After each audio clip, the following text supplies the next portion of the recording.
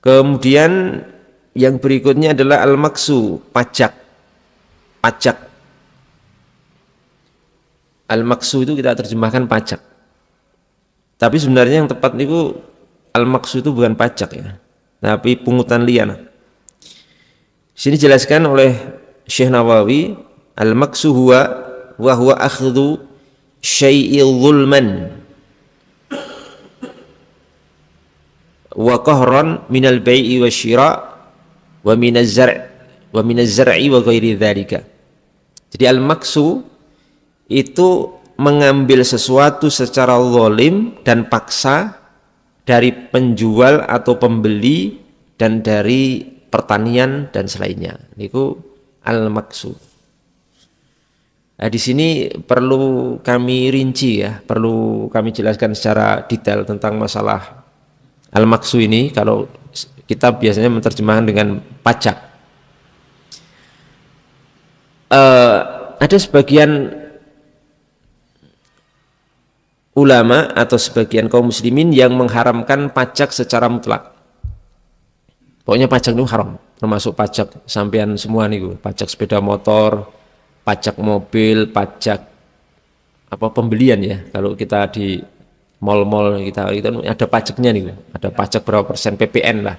Beli pulsa kita juga ada pajaknya, segala macam ada perpajakannya, ada pajaknya.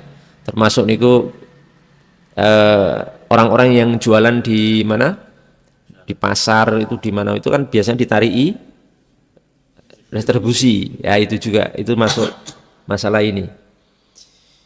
Sebagian kaum muslimin mengharamkan pajak secara mutlak berdasarkan mereka berargumen dengan hadis riwayat Imam Ahmad dan Abu Dawud. Nabi SAW sabda ya, sahibul maksi finar, pemungut pajak itu di neraka. Ini hadis pertama, hadis pertama. Kemudian hadis yang kedua, hadis tentang kisah seorang wanita yang berzina. Kemudian wanita ini dirajam sampai akhirnya meninggal. Ya, dirajam sampai meninggal. Kemudian Rasulullah Shallallahu Alaihi Wasallam bersabda ketika mengomentari wanita yang berzina kemudian dirajam sampai meninggal ini, beliau mengatakan mahlan ya Khalidu, fawalladzi nafsi biyadih, laqad tabat taubatan, lau tabaha sahibul maksi, lau taba sahibul maksi, lau taba sahibul maksi, la ghufira lahu thumma amara biha fa shalla 'alaiha.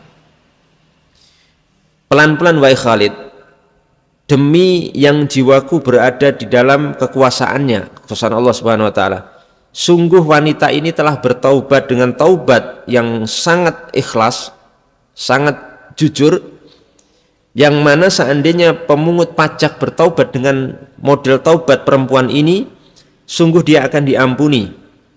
Kemudian Rasulullah SAW memerintahkan untuk perempuan itu disolatkan. Nah, di sini singkat mawon bahwa pajak itu yang benar diperinci, Pak. Kita hukum masalah pajak secara umum saja, itu intinya diperinci. Bahwa pertama, kalau pajak itu dipungut oleh satu lembaga yang sudah ada dasar undang-undangnya, lembaganya jelas, kemudian ditasarrufkan, dialokasikan untuk kemaslahatan umum, kemaslahatan rakyat, kemaslahatan kaum muslimin, maka pajak seperti ini tidak haram. Tidak haram. Adapun hadis-hadis yang kita baca tadi seolah ancaman kepada pemungut pajak, itu adalah maknanya al-maksud di situ bukan pajak tapi pungutan liar, pemalakan, di mana yang mengambil memungut pajak itu liar, tidak punya organisasi atau lembaga yang jelas diawasi oleh negara, dan hasil pungutannya itu tidak ditasarrufkan, tidak dialokasikan untuk kemaslahatan kaum muslimin. Maka kalau ini haram sepakat ulama. Adapun yang pertama tadi, yang lembaganya jelas, alokasinya juga jelas, ada pengawasan yang juga jelas, maka ini bukan termasuk pajak yang haram, ya, tapi sesuatu yang diperbolehkan, namanya dharibah, pungutan yang diberikan oleh rakyat kepada negara, dan itu diperbolehkan berdasarkan fatwa dari Majelis Fatwa Tunisia. Majelis Fatwa Tunisia ini sebenarnya ada teks fatwanya, saya nukilkan tadi di Majmu' Fatwa dari Majelis Tunisia itu, tapi intinya seperti itu. Termasuk di Indonesia ini saya bukan orang pemerintahan, Pak, tapi juga bukan oposisi, rakyat biasa. Jadi saya menjabarkan ini tidak ada tendensi atau niatan apapun, ya. Saya tidak sedang ini atau sedang itu, tapi murni menyampaikan permasalahan ilmiah selaku seorang berilmu atau seorang dai, hanya ingin menyampaikan permasalahan secara ilmiah saja. Di luar itu tidak ada urusan saya.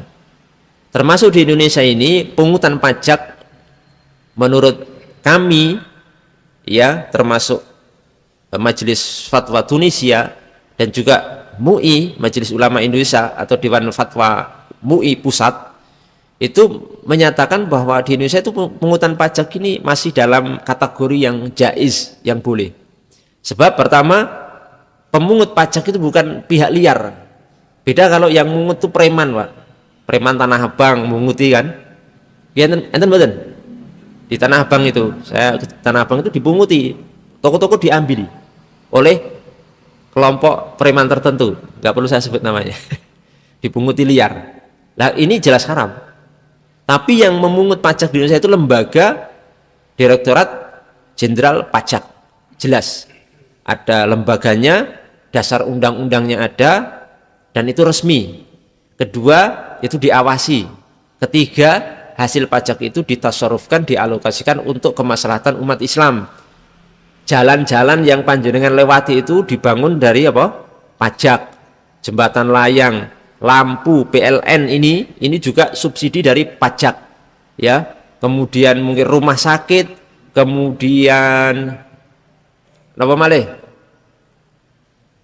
Banyak sekali, ya, jalan, penerangan, kesehatan, pendidikan, terus BBM, itu semuanya, Pak, nggak bisa kita sebutkan. Semua itu subsidi. Dari mana subsidinya? Dari pajak, Pak. Dari pajak. Jalan yang kita lalui tiap hari itu dari pajak, Pak. Kenapa? Itu nanti dikembalikan ke hukum positif di Indonesia. Artinya misalnya saya nggak mau bayar pajak, ya, nanti kembalinya ke hukum positif di Indonesia. Ya, apakah nanti diproses atau tidak itu di luar kajian kita, karena itu nanti hukumnya hukum positif, bukan syar'inya, ya. Saya nggak akan berbicara hukum syar'inya, tapi hukum positifnya di Indonesia nanti bagaimana kalau nggak bayar pajak gitu. Tapi saya ingin mengkaji itu saja, karena nanti ngeten, kalau misalkan ada yang tetap yang di Indonesia juga haram pajak, silahkan saja. Misalkan ada yang berpendapat pajak di Indonesia itu juga haram, itu silahkan, ya. Silahkan saja. Tapi sebenarnya pajak itu hampir merata di dunia Islam, ya. Termasuk Saudi Arabia saja pungut pajak, Pak, sekarang. Dipajaki sekarang. Brunei, Malaysia, Aljazair, Turki, bahkan Turki di bawah kepemimpinan sekarang itu yang presidennya bagus sekali, Erdogan, itu juga dipajak, ada perpajakan, ada pajak. Banyak sekali. Hampir semua negara-negara Islam di dunia itu hampir tidak ada yang tidak ada menerapkan pajak. Ya. Lah, nanti kalaupun ada yang saya ingin ikut pendapat yang haram, Ustaz, tidak masalah, karena itu masalah ijtihadiyah, masalah yang memang ada ruang untuk ijtihad. Cuma nanti konsekuensinya yang berat. Artinya ngeten, ketika kita mengharamkan pajak, maka hukum turunan dari itu harus juga kita ikuti. Kalau kita mengharamkan pajak, bagi turunannya itu harus juga haram. Jadi maksudnya, saya mengikuti pendapat yang mengatakan pajak itu haram, berarti nanti jalan yang kita pakai hukumnya haram. Pokoknya segala sesuatu yang dibiayai pajak itu hukumnya haram untuk kita pakai, karena kita mengikuti pajak itu haram. Paham maksud saya, ya? Ya seperti itu. Ya, segala sesuatu yang disubsidi atau dibiayai pajak berarti haram kalau kita mengikuti pendapat yang diharamkan. Kalau tidak, ya tidak ada masalah. Kalau saya sendiri mengikuti pendapat MUI, Dewan Syariat DSN MUI, Dewan Syariat Nasional MUI, itu tidak mengharamkan. Kemudian juga beberapa lembaga fatwa dunia tidak mengharamkan, dan bagi saya itu lebih ringan ya untuk kita ikuti. Adapun nanti ada kasus-kasus oknum ya, itu oknum ya, yang menggelapkan pajak, dikorupsi sekian triliun, dimakan sendiri, itu nanti akan dia pertanggungjawabkan di hadapan Allah Subhanahu wa taala, karena itu uang rakyat. Cuma maksud saya itu oknum yang tidak menjadikan hukum kemudian digeneralisir gitu. Berarti wah semuanya seperti itu, enggak. Memang mafia pajak ada, Pak, dan itu nanti akan dipertanggungjawabkan di hadapan Allah Subhanahu wa taala.